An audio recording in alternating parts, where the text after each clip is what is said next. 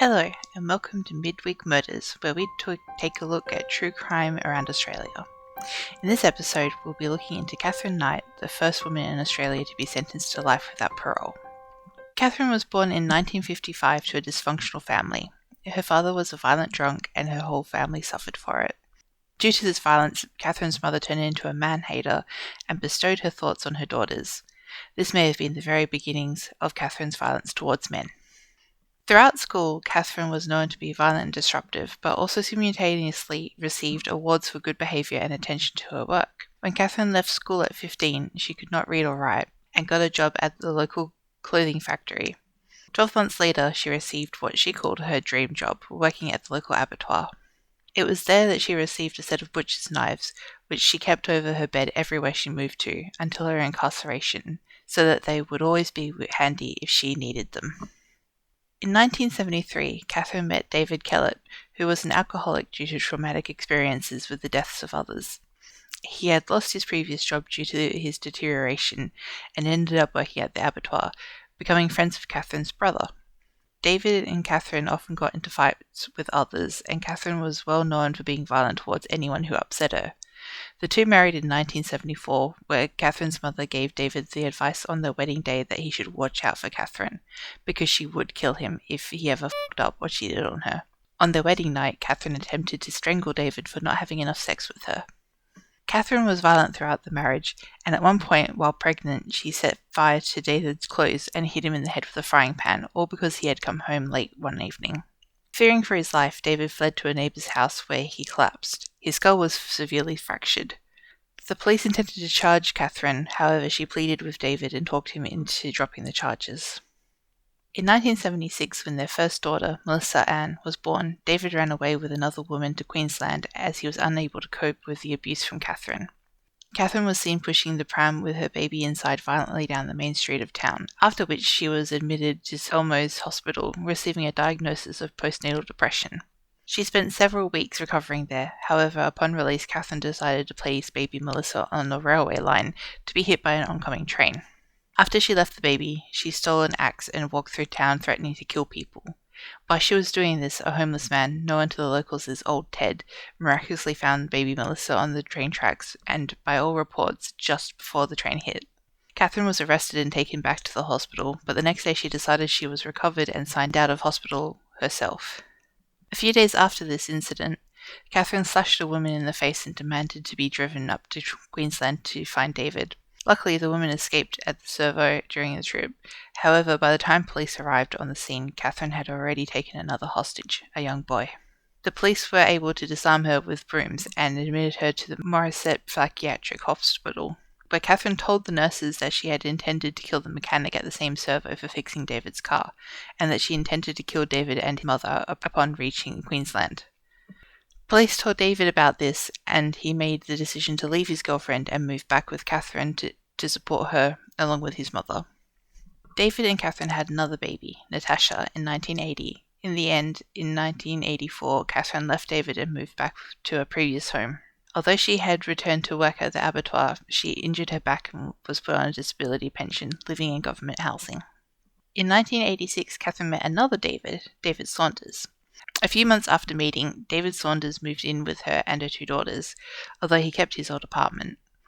In a jealous rage, Katherine would kick him out and then go back to his apartment and beg him to return constantly.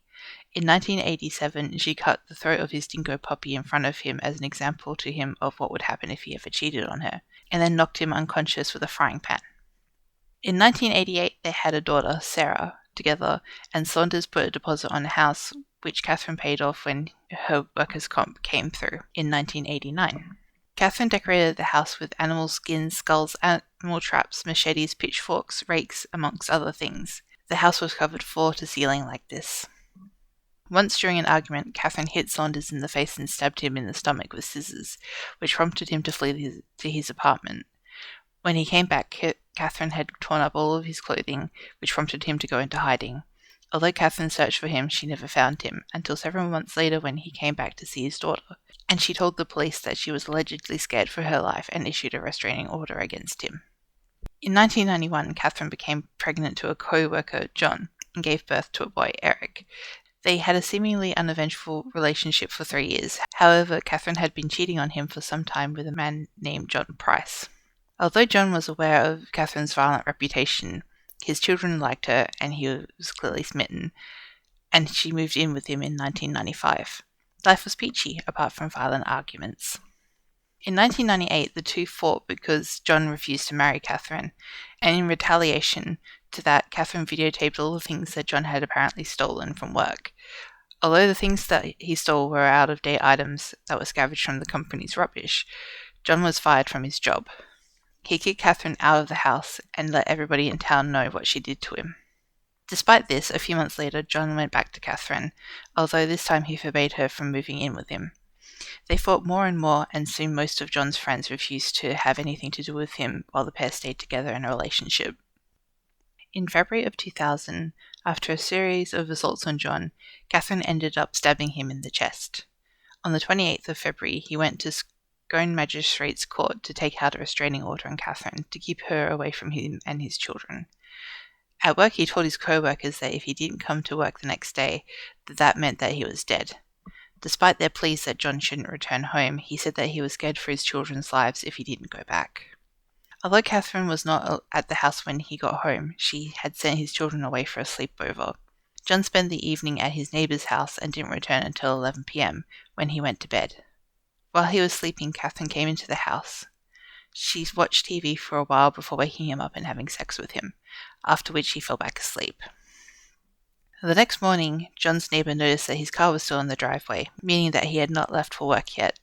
When he didn't arrive at work at all, his boss became worried and sent an employee to go to his house to check on him. The employee and John's neighbour tried to get into the house from any possible point, but contacted police immediately when they noticed blood on the front door.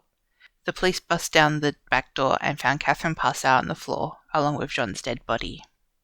According to the police report, Katherine had stabbed John with a butcher's knife in his sleep. John had woken up from the stab and tried to escape, trying to turn on the bedroom light. However, Katherine chased him down. He managed to get outside through the front door. However, he either stumbled back inside the house or he was dragged back in. He bled out on the floor of the hallway. After the murder, Katherine had gone to John's bank ATM and withdrew $1,000.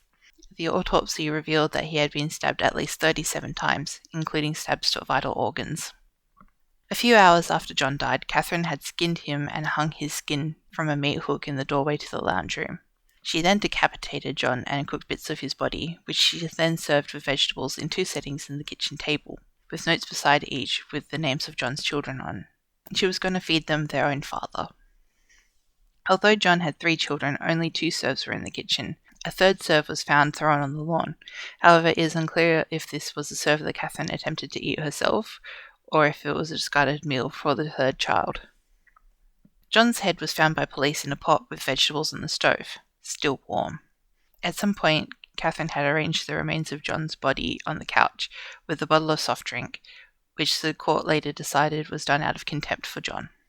Next to the body was a letter addressed to John accusing him of assaulting Katherine's daughter, but it was found that the claims were baseless.